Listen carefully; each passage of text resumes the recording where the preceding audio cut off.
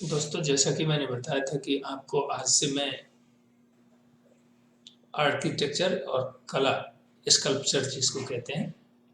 उसके वर्गीकरण के ऊपर ले जाऊंगा। तो पहले वर्गीकरण के रूप में हम इंडस वैली सिविलाइजेशन को लेते हैं। इंडस वैली सिविलाइजेशन की कई जगह पे खुदाइयों से उनके महत्ता पे तो प्रकाश पड़ती ही है, उस समय की जीवन शैली के बारे में भी पता चलता है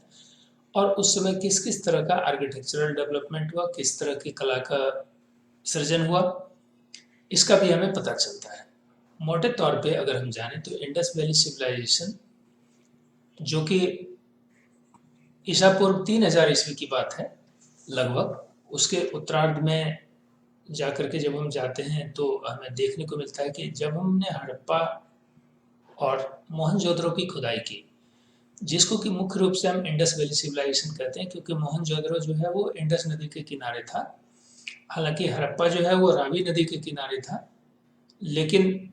ये पूरे का पूरा क्षेत्र जो है वो इंडस वैली सिविलाइजेशन के नाम से जाना जाता है और बहुत ही प्राचीन समय में यहाँ सभ्यता का विकास शुरू हो चुका था। तो जब इस जगह की खुदाई की गई, हड़प्पा जो कि आज पाकिस्तान में पड़ता है, तो हमें इतिहास के कई पहलुओं पर प्रकाश मिला और इतिहास को समझने का बेहतर मौका मिला। उस समय की टाउन प्लानिंग आज तक लोगों के बीच में चर्चा का विषय है। इसके साथ ही साथ उस समय खुदाई में मिले वस्तुओं से जो आर्ट एंड आर्टिफैक्ट जिसको कहते हैं, जो आर्टिसन लोगों ने काम किया होगा, उनके द्वारा किए हुए कृति से इस चीज़ का हमें पता चला कि उन्हें कला के प्रति कितना लगाव था।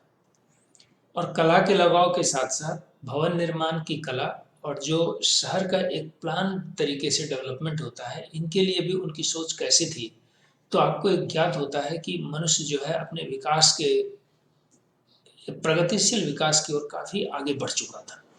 और इन चीज़ों पे ध्यान दिया जाने लगा था कि जब हम सामूहिक रूप से रहेंगे तो हमें किन किन समस्याओं का सामना करना पड़ेगा और उस समस्याओं का समाधान हम वैज्ञानिक दृष्टिकोण से कैसे कर सकते हैं ताकि हमारी दिनचर्या एक सुचारू रूप से चले। उस समय में एक खास चीज़ पे विशेष ध्यान दिया गया था कि चूंकि उस समय में जो आजीविका का मुख्य साधन था वो अनाज था और उसमें कीड़े न लग जाए, उनकी सुरक्षा के ऊपर पूरे सिविलाइजेशन का जहाँ जहाँ खुदाई मिला है वहाँ से हमें ज्ञात होता है कि वहाँ पर इस चीज़ का विशेष ध्यान दिया गया था कि कैसे उन्हें लंबे समय तक सुरक्षित रखा जाए। तो आइए हम सबसे पहले हड़प्पा की खुदाई में हमें जो मुख्य रूप से चीज़ मिला वो क्या क्या मिला।